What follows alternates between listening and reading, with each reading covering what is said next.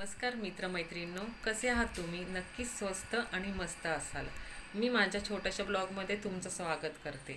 आज आहे भाद्रपद महिन्यातली तृतीया तिथी आणि आज ह्या तिथीला हरतालिकेचं व्रत केलं जातं.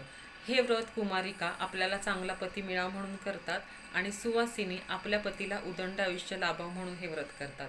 या व्रताच्या दिवशी सकाळी लवकर उठून चौरंगावर किंवा पाटावर शुभ्र वस्त्र अंथरून त्यावर वाळूने शिवलिंग स्थापन करावे. नंदीची पण वाळूंनीच प्रतिमा तयार करावी. शेजारी 2 हरतालिकेच्या मूर्ती ठेवाव्यात. एक माता पार्वतीची मूर्ती आणि एक तिची सखी यांची स्थापना करावी आणि सुपारी म्हणून गणपतीची स्थापना करावी. सर्वप्रथम श्री गणेशाचं पूजन करून नंतर शिवलिंगाचं, माता पार्वतीचं, तिच्या सखीचं सगळ्यांचं पूजन करावं.